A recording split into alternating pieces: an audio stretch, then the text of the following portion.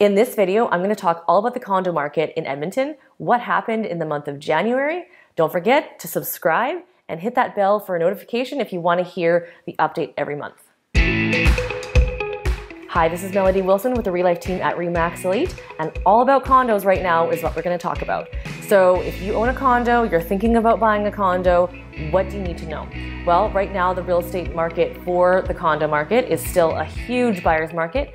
Their absorption rate actually went down from the month prior, and condos are there's a lot of condos to look at. There's a lot of condos for sale. There's a lot of new condos for sale and old condos for sale. Hence the reason why it's really challenging to sell a condo. As a buyer, you're going to get a really good opportunity to get a really well-priced condo. So if you take a look at the average price for condos, they've actually gone down approximately $10,000 in 1 year. So the average price has dropped month over month and year over year from last January to this January.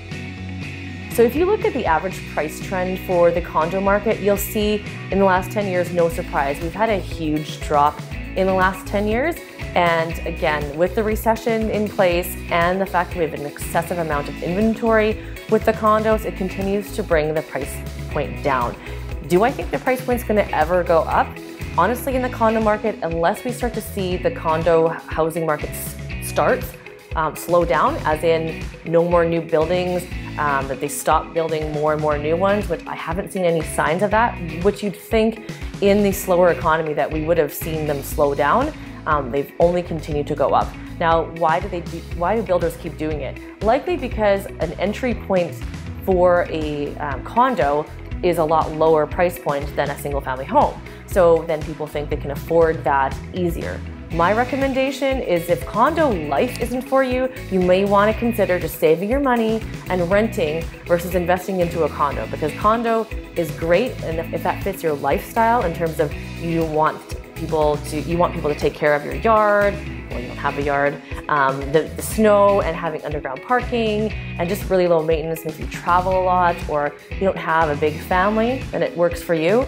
But make sure you're careful in terms of how you make a decision to purchase a condo. So when you look at, in terms of the Edmonton Real Estate Board's stats on active and sold listings in the condo market, in terms of listings, both month over month and year over year, both of those numbers have gone down. When you look at the sales month over month have gone down, but year over year, the sales have gone up. So just comparing last January to this January, you want to take a look at your specific area, what condo you're looking to purchase. If you're looking at a university area, downtown area versus the suburban condo areas, those are all very different in terms of what makes sense in terms of how many properties are out for sale and what values that they hold.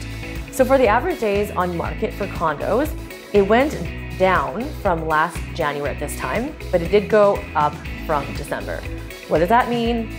It just means that seasonally, we tend to see homes sit on the market longer over the winter months, and then they trend to sell more in spring and summer. So as we see February and March market stats, you'll notice that the average days on market will likely be going down. That's my easy shoe-in prediction. So take a look at the average days on market. It also all depends on if a property is priced properly. They will still move quickly if priced correctly for this market.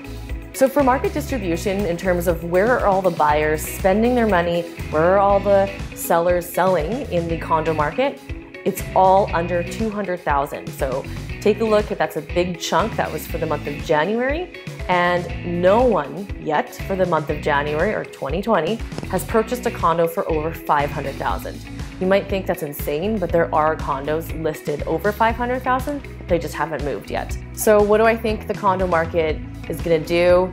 Well, the condo market so far, when we look at the statistics from the Edmonton Real Estate Board, is that we've had just under half of what single families have sold for, or units sold, versus condos. So it's still trending low.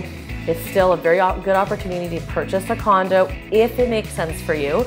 And to sell a condo, well, let's chat and see what on earth is that makes the most sense Why do you need to sell the condo? When did you purchase the condo? Also, just a side note, we talked about this last month, and just another reminder that the rules did change in terms of if you're a condo owner, you are responsible for up to $50,000 for deductible instead of $20,000. So if you haven't taken a look at your condo home insurance policy, take a look, give them a call to make sure that you increase your deductible coverage so that you're not on a line in case something happens over the winter months. Thanks so much for tuning in, and we'll talk to you next time.